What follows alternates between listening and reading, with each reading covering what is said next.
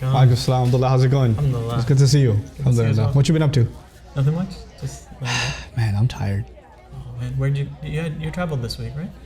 No, not this week. Trip's coming up, but just getting prepped for programs and stuff. Oh, it's fun. Alhamdulillah. Especially after class this week, a couple of emails came through that it's like so this is one email, right? This lady emails, it's a really long email about how she's read that the Quran never talks about covering the head, right? Now, it's not a messed up thing necessarily, but she says, I read the ayah and I read, what it says in Surah number 24, Surah An-Nur has the ayah, right? And it uses the word khimar, which is for veil.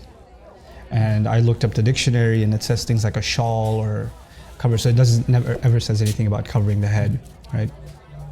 And I start thinking, is this a common confusion, or is this just this one-time email? Yeah.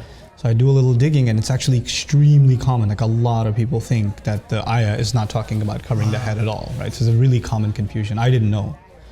So one of the things I really want to do is kind of address this in a sane way. I'm not interested in getting somebody to wear hijab. That's their decision, right? But at the end of the day, if something's being said about the Quran, we have to be honest. And what is it saying? And there are people who would like it to mean something it doesn't mean. And then there are people who are genuinely, they just don't know any better and they're confused about the subject. And I'd like to assume that anybody who has this confusion, they just don't know any better, or whatever they read convinced them of this. I don't like to think that they're they mean evil, or they're trying to Have an agenda. Have an agenda, or a misguided opinion or whatever.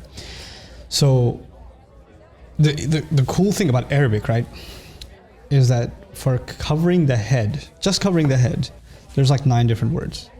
Wow. And one of them is khimar, right? So you have, miqna'a and mighfar, and there's all these bunch of words. And that depends on if it covers the head and if it's up to here, if it's up to here, if it's up to here. Depending on the length, each has its own kind of meaning. And in Old Arabic, the word khimar, which is used in the Quran. Now, you and I know commonly we use the word hijab. Yeah. Hijab is actually not a word for head cover. It's actually a word for barrier. Like a wall could be a hijab. A curtain could be a hijab. Okay, so it just kind of got coined as hijab, but that's not the word in the Quran, nor the Arabs ever used it like that. Okay, so the word is khimar. And the cool thing about it is the word itself includes the meaning of covering the head. Like the head and then some. And it's used before Islam. The men used to have khimar too. One of the names for their turban, if it was extra long and it went down to almost middle of the belly, the men used to call it khimar too. And then it's so cool. The women had different fashions or whatever. And one of the things the women before Islam used to do is they used to have this bandana type thing that they would tie in the back with their ponytails, and it would go to the middle of their back. So they wouldn't drape it in front, they throw it behind them. That was also called a khimar. Now the Quran says they should take their khimar and throw it in front of them, before their chests. In other words, the only difference is keep the khimar, but just use it. The head cover is already included in the meaning, just use it to cover the front also, right? And it should be a certain length. That's the meaning. And somebody argues no, but the word khimar, it just means shawl, it doesn't mean head cover, whatever. It's really cool. Are you familiar with the word khamr? You know what that means? Is that alcohol? Alcohol, Yeah. wine. You know why it's called khamr? No. Because it messes with your head. Khamara blocks your judgment. Khamara literally means to cover, and it's called khamr because it messes with your mind. It creates a block in your mind. It's almost as though your head is covered up with something when you take khamr. It's part of the meaning of the word. We're not even talking about the Islamic meaning. We're talking about Arabic itself. Back in the day, they'd see some horses are funny colors, from the neck onwards it's white and the rest of it's brown or something like that. They would say that horse is mutakhammir. It's like it has a khimar on. So, how are you going to explain that as the horses don't have shawls on? Yeah.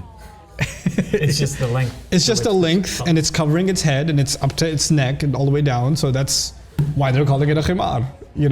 So it's already in the language, but it's so unfortunate that when they say, okay, they should draw their veils over their chest. That's what some translations say, draw the veils over the chest. Well, a veil could be a shawl, it could be any kind of cloth. And it doesn't really include head covering, right? But the Arabic word does. And so I feel like a lot of this confusion comes because people don't pay attention enough to the original language, and how a lot of translations, they oversimplify the issue and we start coming to drastic conclusions.